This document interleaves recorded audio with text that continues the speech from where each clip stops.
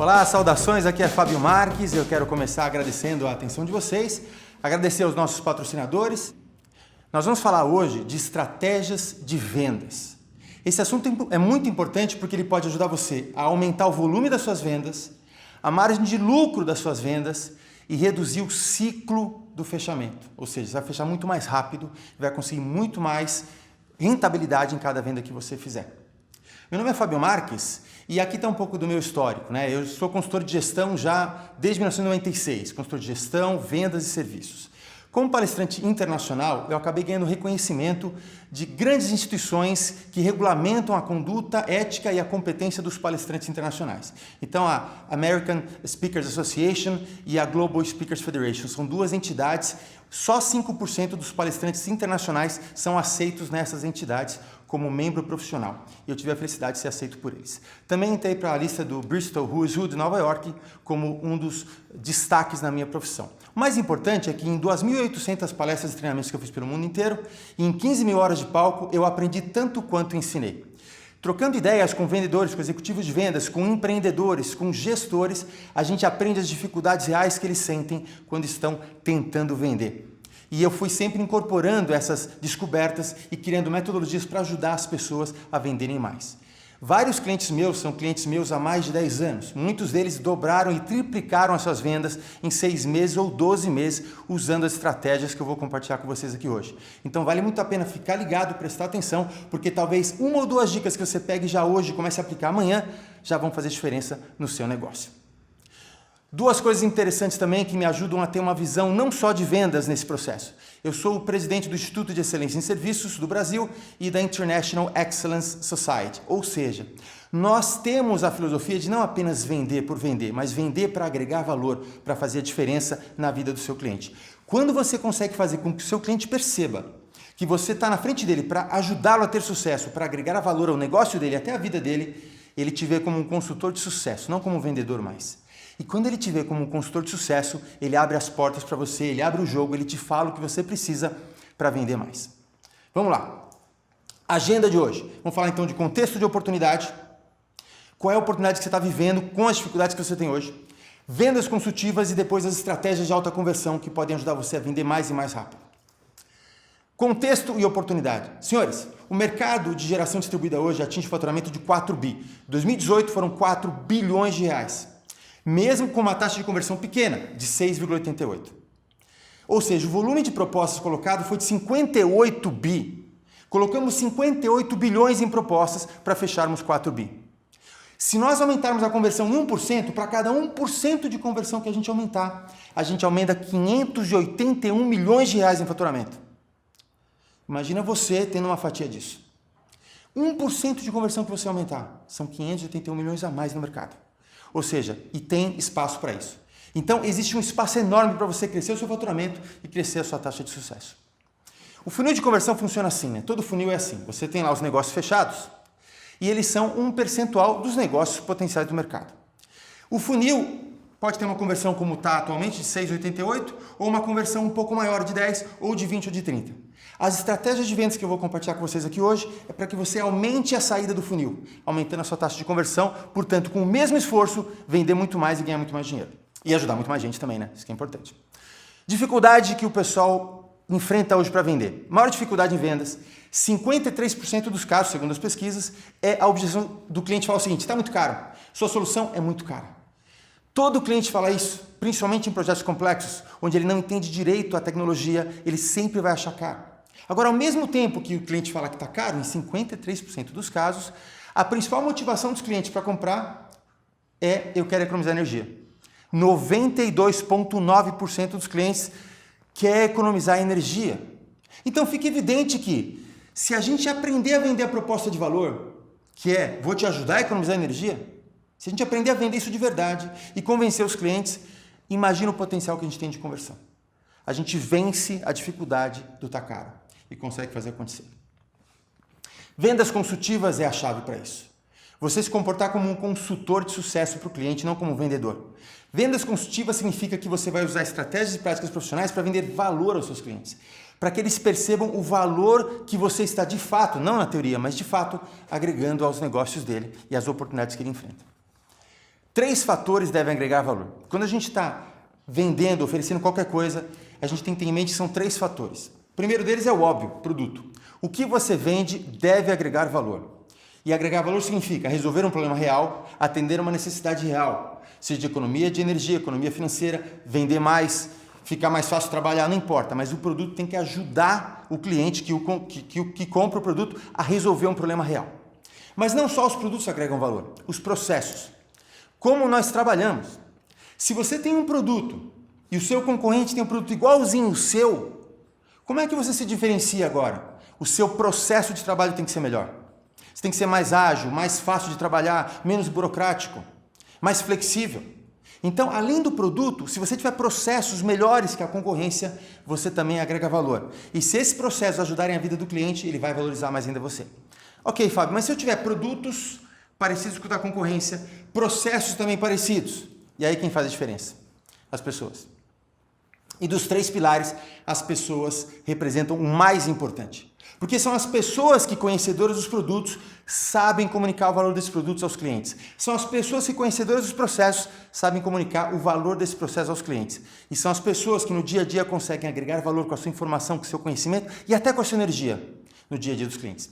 Mais adiante eu vou mostrar para vocês 6 motivações de compra, que geralmente influenciam os compradores. E você vai ver que todas elas são muito fortemente influenciadas por você. A maneira como você aborda o cliente, a maneira como você fala, a maneira como você explica as coisas, agrega muito valor e pode fazer toda a diferença nos seus resultados. Quer uma prova disso? Se você pegar um território que está vendendo, sei lá, R$1 milhão, tem o preço, tem os clientes, tem os concorrentes, tudo está lá. Se você tirar o vendedor e colocar outro vendedor no lugar, com experiência diferente, com visão de mundo diferente, com estudo diferente, você vai ver que o resultado muda, para melhor ou para pior. Todos os fatores são iguais, mas se você trocou o vendedor, muda o resultado. Isso prova que a pessoa é fundamental no processo para influenciar os resultados de um território ou de um segmento de mercado. A gente dá muito menos valor do que deveria a si mesmo. Se você vende, ou se você tem uma equipe de vendas, você precisa valorizar mais essas pessoas. Elas têm todo o potencial para fazer a diferença. Você já deve ter visto também situações onde uma pessoa muda de empresa e os clientes vão atrás dessa pessoa. Passam a comprar da nova empresa onde a pessoa está. Por quê? Porque confiam na pessoa. Então existe grande poder nas mãos dos seres humanos que interagem com os clientes. A gente precisa valorizar mais isso e saber usar isso. O que eu vou falar para vocês hoje ajuda a valorizar você como pessoa ou a sua equipe de vendas, para que na frente do cliente o valor seja percebido como único, exclusivo. Nenhuma outra empresa tem pessoas iguais à sua. Pode ter outros produtos parecidos, processos parecidos, mas pessoas são únicas. O primeiro elemento para uma pessoa realmente agregar valor é ter a perspectiva certa. A perspectiva de que a venda é muito mais do que tirar um pedido ou oferecer um produto para alguém. A venda é um serviço de consultoria. Se você tiver essa perspectiva firme na sua cabeça e visitar os seus clientes ou falar com os seus clientes pensando, eu estou prestando um serviço, eu estou ajudando esse cliente a tomar uma decisão, a melhor decisão, aquela que vai dar o melhor resultado para ele. Se você pensar assim, tiver essa perspectiva de que você está prestando um serviço, o cliente abaixa a guarda, te ouve mais. Se você tiver a postura do vendedor, ele se protege de você. Se você tiver a postura do consultor, ele se abre com você. Além da perspectiva, o que mais vai te ajudar a ter mais sucesso? Realmente compreender, é um compromisso. Eu chamo isso de compromisso. De realmente compreender o que é necessário para aquele cliente, por que é necessário e o quanto aquele é necessário. Se você conseguir compreender o que ele precisa, por que ele precisa e o quanto ele precisa, você tem mais poder para influenciá-lo a tomar uma decisão. Além do compromisso, o mindset. O que é mindset? É a maneira de pensar. Mindset, um estado mental, a maneira de pensar. E isso aqui é crucial. Você pode até esquecer todo o resto, mas isso aqui você tem que lembrar, porque isso aqui leva você para todo o resto da maneira certa. Foco no cliente e obsessão por agregar valor. Se você buscar no dicionário o que quer dizer obsessão, tem 2 definições. A número 1 não é a que eu quero aqui. Obsessão, possuído pelo demônio, não é isso que eu quero. Eu quero a definição número 2. A definição número 2 é ser tomado por algo que é mais forte do que o seu próprio interesse, mais forte do que você. Então, apesar de você ter uma meta para vender não sei quantos milhões, você tem que vender não sei quantos produtos, você tem o seu interesse pessoal de ganhar dinheiro para mudar de casa, comprar um carro novo, apesar de todos os seus interesses individuais, a obsessão por agregar valor ao cliente é maior do que tudo isso. E se esse for o seu estado mental, o cliente percebe que você sinceramente quer ajudar. Você quer ajudá-lo a resolver os problemas dele. E aí você agrega valor de qualquer maneira e ele percebe. E quando o cliente percebe que você está lá focado nele e com essa obsessão por agregar valor, ele colabora com você. Ele te ajuda a vender. E finalmente, senhores, para você ter muito sucesso, gestão do relacionamento, uma estratégia. Precisamos ter uma estratégia de gestão do relacionamento com o cliente. A estratégia é fundamental. Sem estratégia fica só na boa vontade. A estratégia que faz você avançar de forma organizada. Vamos dar uma olhada nisso. São 3 fases, basicamente, no processo todo até completar uma venda e conquistar um cliente. A fase 1 é justamente planejamento e preparação. Você tem um planejamento adequado e se preparou adequadamente para abordar aquele cliente em particular que você vai visitar? Isso é fundamental. O que você já sabe sobre ele? Como que você vai abordar? Quais as perguntas-chave que você vai fazer? Como que você vai conduzir o começo? Vai começar a sua abordagem. Isso é fundamental, já tem que estar planejado. Fase 2, você já entrou em contato com ele, agora é negociação e contratação. Perceba que eu não falei negociação e fechamento? Fechamento é uma palavra que atrapalha você nas vendas. Por que atrapalha você? Porque se o seu cérebro pensa, eu quero o fechamento, eu quero fechar o negócio, na hora que você conquista a venda, que você fecha o negócio, você já começa a pensar próximo. E é exatamente o oposto do que o cliente espera de você. Quando o cliente fala sim, eu vou comprar de você, ele espera que agora você dê mais atenção para ele ainda. Só que se você pensou fechamento, acabou esse assunto, você vai para outra coisa. E o cliente quer o contrário, ele quer que você dê mais atenção nessa etapa inicial que ele acabou de concordar com você. Então eu mudei de fechamento para contratação. Imagina que você está procurando um emprego e você finalmente foi contratado. Se você fosse contratado, você não apareceria para trabalhar no dia seguinte? Exatamente isso. Então quando você fecha negócio com o cliente, você tem que pensar, fui contratado. Fui contratado como consultor dele, então eu vou ajudá-lo a receber o material, instalar o material, aprender o material, como que ele vai usar o meu produto, a minha tecnologia para ter o máximo de resultado. Não é que você vai fazer isso para sempre, mas é fundamental que assim que você fecha o negócio, que você consegue o acordo, você se comporta como alguém contratado. E tem a terceira fase, que é o atendimento e a expansão de negócio. Agora, atenção, atendimento aqui não é o atendimento reativo que é a nossa obrigação. Deu problema, ele liga, você responde, você ajuda ele. O atendimento reativo é obrigação nossa. Nenhum cliente vai achar que isso é fora de série. Eu estou falando aqui do atendimento, além do reativo, do proativo. Quando você fica de olho, fica ligado no que está acontecendo com aquele pedido que você conseguiu, aquela entrega, como o cliente está usando o que comprou de você e você ajuda o cliente a perceber como usar melhor. Se tem algum problema, você ajuda a identificar o problema, ajuda a corrigir o problema antes mesmo de causar uma consequência grave no seu cliente. Você se antecipa.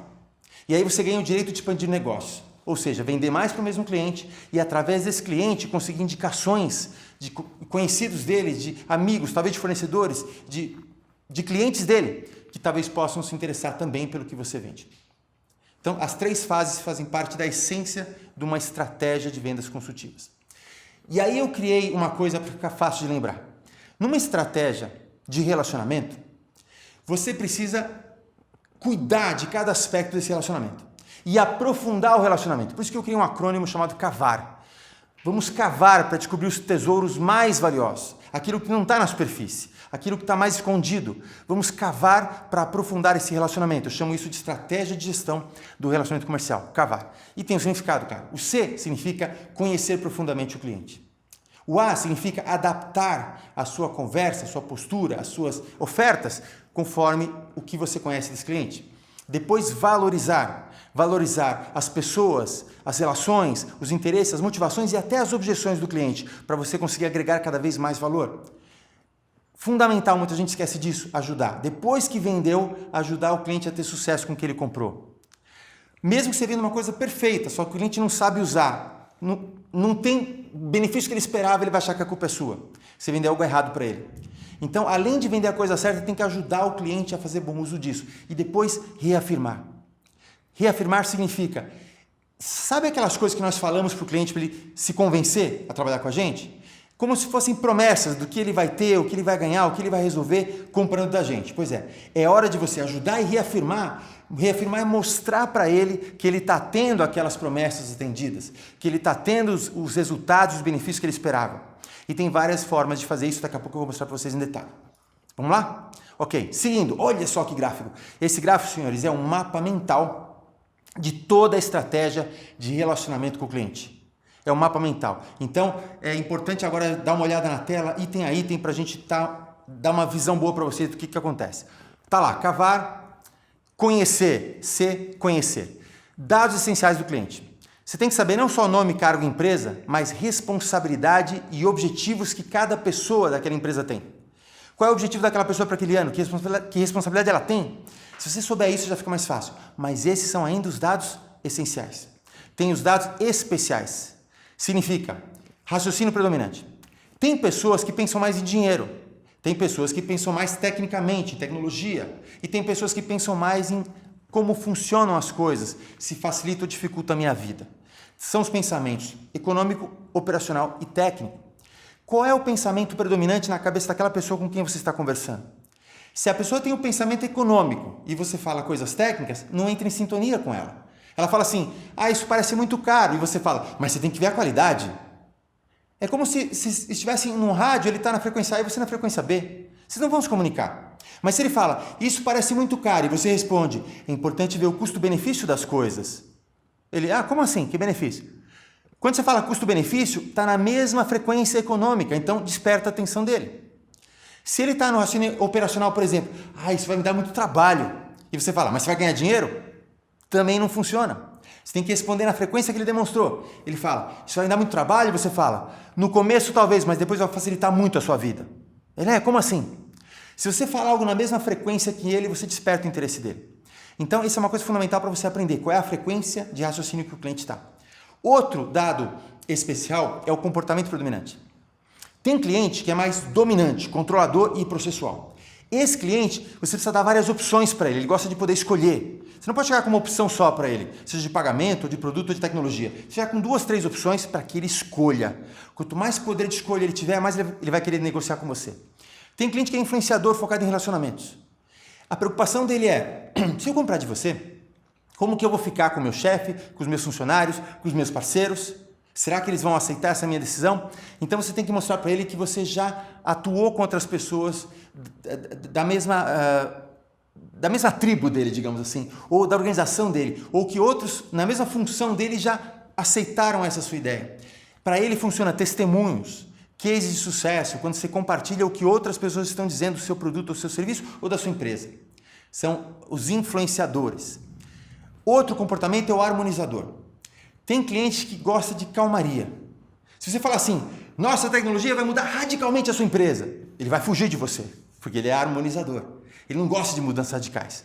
Então, para ele, você tem que falar algo assim, nossa tecnologia é fácil de implantar, não tem estresse e a gente vai te ajudar para que seja uma transição suave, gradativa e segura.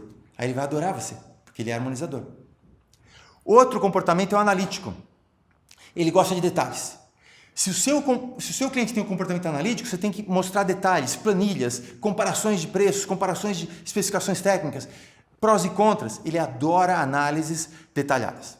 Muito bem, entre os dados especiais também tem os critérios de decisão.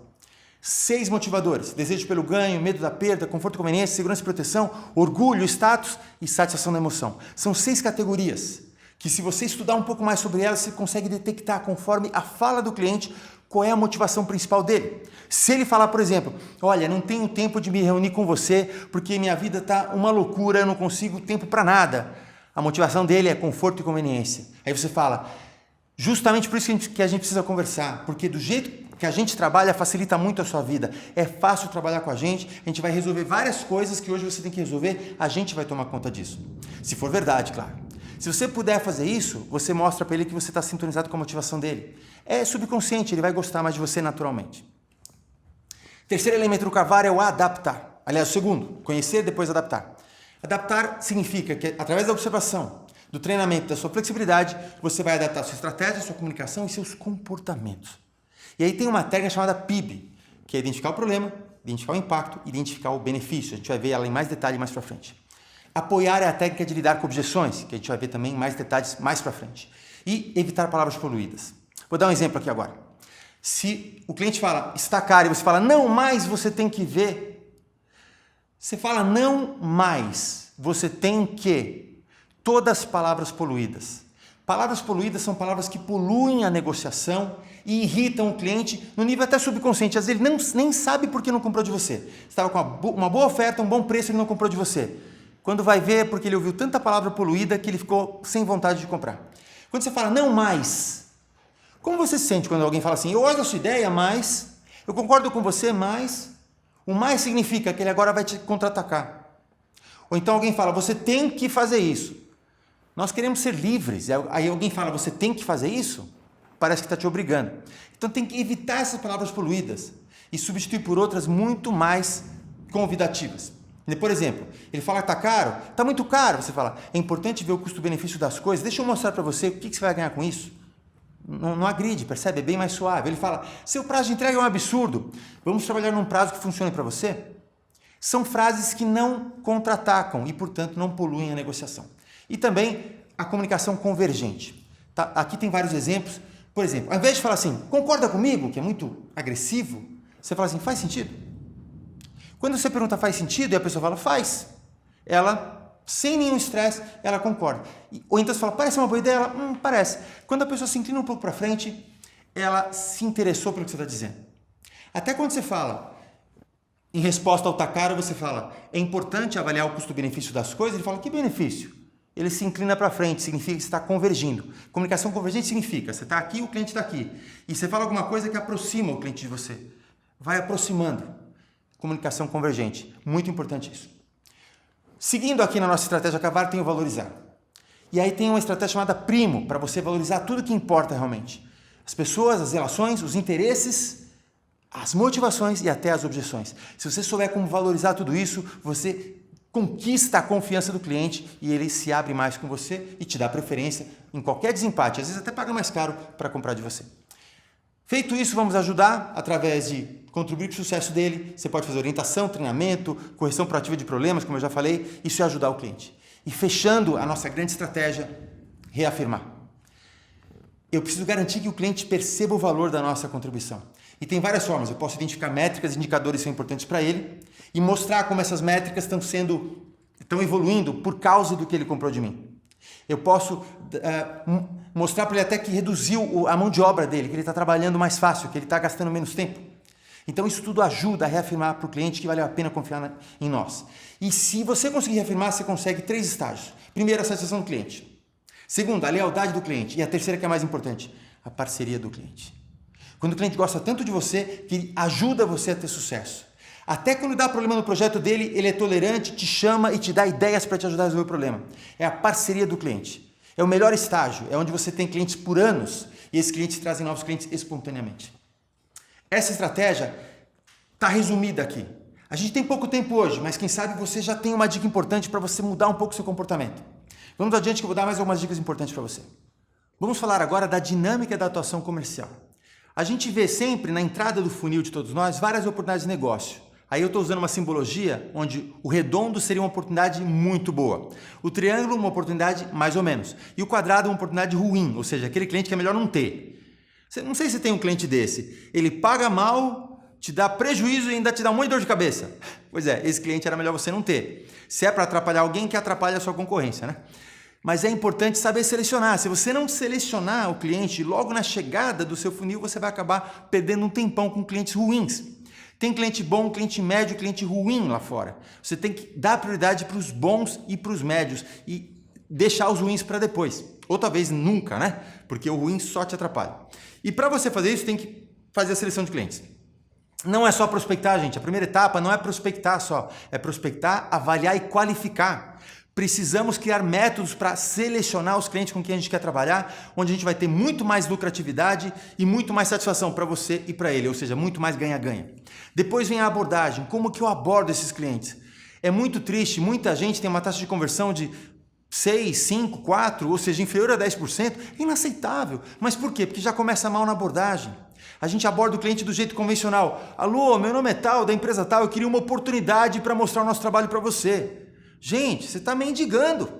Eu queria uma oportunidade. Todo mundo fala isso. Você está na vala comum. Agora, se você ligar para o cliente e falar assim, olha, meu nome é Fábio Marques, eu trabalho na empresa tal, e nós temos ajudado várias empresas como a sua a aumentarem a lucratividade e reduzirem as despesas. Talvez o senhor também possa se beneficiar desses resultados. Gostaria de saber como a gente faz isso? Olha como é diferente. Você não está mendigando nada, está oferecendo uma oportunidade. Então, o jeito de abordar, vender um conceito de que você é diferente, tem que ser trabalhado. A outra etapa é a identificação de oportunidades. Como que você identifica as oportunidades do seu cliente? Você sabe fazer perguntas? Sabe deixar o cliente à vontade para responder suas perguntas? Sabe ganhar a confiança dele? Senão, você não vai achar as melhores oportunidades. Ele vai te dar sempre as coisas mais simples, nem vai te mostrar. Não vai nem te abrir o jogo. Então, como que identifica as oportunidades? E negociação e posição. Quando você quer negociar e o cara, preço, é sinal que você não construiu o valor. Não estabeleceu uma posição de poder e de influência sobre os tomadores da decisão. Então, precisa saber fazer isso. Finalmente, você chega na contratação. Ou seja, você é contratado, ele confia em você, vão começar a trabalhar junto. E aí começa um efeito que poucos conseguem aproveitar. Não sei se você percebe, aí tem o funil. E aí eu vou mostrar o resultado. Ó. Se você fez um bom trabalho, você tem bolas e triângulos, ou seja, oportunidades boas e médias, nenhuma ruim. E agora começa um processo de alargar, de expandir esse funil. Ou seja, depois que chegou na contratação, você começa a expandir o volume de negócios com os clientes que já conquistou, através do atendimento e da expansão de negócios, conseguindo negócios cada vez melhores. Perceba que você vai estreitando o relacionamento, vai usando o cavar e você consegue resultados ainda melhores nas duas etapas do atendimento e expansão de negócio. Por que os resultados são melhores depois da primeira contratação? Porque na primeira contratação, você demorou um tempão para o cliente confiar em você. Finalmente ele confiou. Agora ele já confiou. A segunda, a terceira, a quarta, a quinta venda são muito mais fáceis. Ele já conhece você, você já conhece ele. A chance de conseguir um ganha-ganha é cada vez melhor. Eu tenho exemplos de clientes que no primeiro ano eu gastei 20 reuniões para conseguir fazer uma venda. No segundo ano, em 2 reuniões, eu fiz uma venda maior do que do primeiro ano. No terceiro ano, com um telefonema e um e-mail, eu fiz uma venda 3 vezes maior do que no primeiro ano. Por quê? Porque eu estava nessa fase de atendimento e expansão de negócio, onde o cliente já confia em você, já viu os resultados que você pode oferecer e, portanto, fica mais fácil fazer negócio com ele. Vou falar com vocês agora das estratégias de alta conversão. Técnicas e estratégias que você pode usar hoje ou amanhã, se você quiser, para já ter resultados melhores. Quando a gente fala em vender, todo mundo fala, tem que identificar as necessidades e os interesses do cliente. Sim, é verdade, tem que identificar necessidades e interesses, mas ninguém te fala como direito. Sabe o que o pessoal fala? Tem que perguntar o que o senhor precisa. Nem sempre é a melhor solução. Tem vendedor que pergunta, do que o senhor precisa? Aí o cliente fala, preciso de um preço melhor. Aí o vendedor, mas sabe, a qualidade e cai naquele papo, né? Nem sempre é melhor perguntar o que o cliente precisa.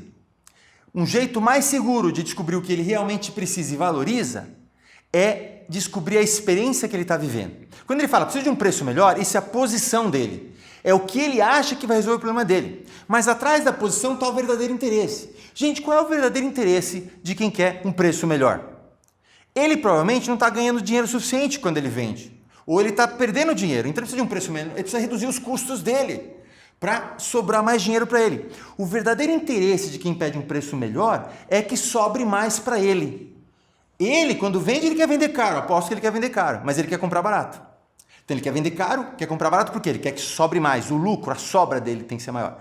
Se você mostrar para ele que mesmo pagando o preço que você quer, você vai aumentar o lucro dele, ele compra de você. Agora, como que eu faço isso, Fábio? Você tem que ir lá atrás, experiências e motivos. Perguntar para ele o que ele está vivendo, como que ele trabalha hoje. E aí você vai começando a descobrir o que você pode fazer para ajudar. Vou dar um exemplo rápido aqui, ver se cabe no nosso tempo, mas presta atenção.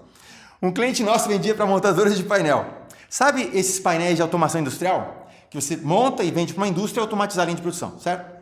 E eles viviam pedindo, me vende os componentes mais baratos, Só que, lógico que a gente não podia, né? A empresa que eu estava assessorando não podia vender no preço que eles queriam. Então eles acabavam não comprando os nossos componentes. Até que a gente começou a perguntar, me fala um pouco, por que você precisa tanto mais barato assim? Porque minha margem é muito pequena. Como que é a sua realidade? Eu tenho muito custo, tenho custo para montar, tenho custo de entregar, tenho custo de manutenção, tenho custo de garantia. Me fala um pouco do seu custo de garantia e seu custo de manutenção. Aí ele foi explicando para a gente, dos painéis que ele entregava, quando o painel quebrava, ele tinha, por conta dele, porque estava na garantia, ele tinha que pagar passagem, hospedagem do técnico para ir até o cliente dele, arrumar o painel de graça, depois voltar. Aí nós começamos a se aprofundar e descobrimos que os painéis dele quebravam muito em garantia por causa dos componentes de baixa qualidade que ele usava, os baratinhos. E aí nós fizemos uma simulação que se ele passasse a usar os nossos componentes, que eram 40% mais caros, ele economizaria mais de 2 milhões por ano em despesas de garantia. E esses 2 milhões de reais por ano que ele economizaria era muito mais do que os 300 ou 400 mil a mais que ele gastaria comprando da gente. Resultado, ele passou a comprar dos nossos componentes que eram mais caros, pagando 300 a 400 mil a mais todo ano para economizar 2 milhões em despesas de garantia que ele passou a não ter mais porque o painel não quebrava. Então a gente tem que descobrir a experiência que o cliente está vivendo. Vai a fundo, quando ele fala, tá caro, fala por que você precisa, vai, descobre como ele trabalha. Quanto mais você sabe a experiência dele, você descobre os reais motivos, os interesses ficam claros, você mostra para ele que o seu produto pode ser até mais caro, mas atende melhor aos interesses reais dele. O que mais que eu posso falar para te ajudar? Vou revisar para você aqui. Ó. A pessoa pode comprar por desejo pelo ganho, ela quer ganhar mais dinheiro, ela quer entrar no mercado novo, ela quer ser mais rentável. Esse é o motivo. Seu produto ajuda a pessoa a ser mais rentável? Ou você pode ajudar? Medo da perda. Seu produto ajuda a pessoa a economizar, perder menos dinheiro? Conforto e conveniência. Seu produto ou serviço ajuda a pessoa a trabalhar de forma mais fácil, mais prática, com mais qualidade de vida? Segurança e proteção. O jeito que você trabalha, o seu produto, oferece mais proteção, mais segurança? Você vende coisas de qualidade que a pessoa tem orgulho em possuir?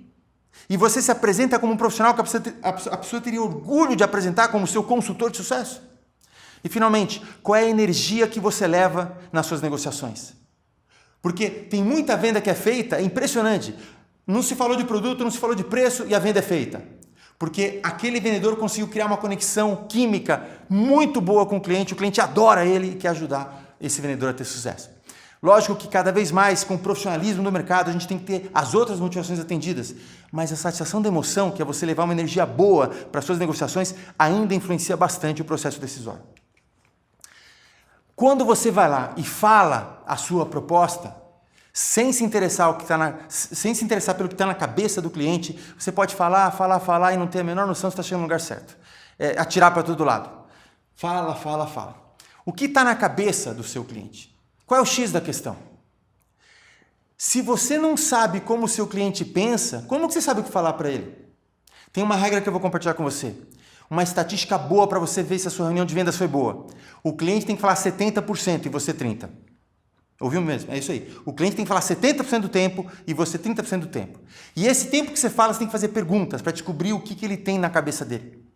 Se você sabe o que ele pensa, fica mais fácil dizer a coisa certa. Se você não sabe o que ele pensa, você vai falar o mesmo discurso que você fala para todo mundo, vai dar certo para 1, vai dar errado para 9. Por isso que geralmente a conversão fica embaixo de 10%, que o pessoal fala a mesma coisa para todos os clientes. Você tem que descobrir como cada um pensa e falar o que aquela pessoa precisa ouvir. Conheça então quem negocia, nome, função, experiência, forma de pensar.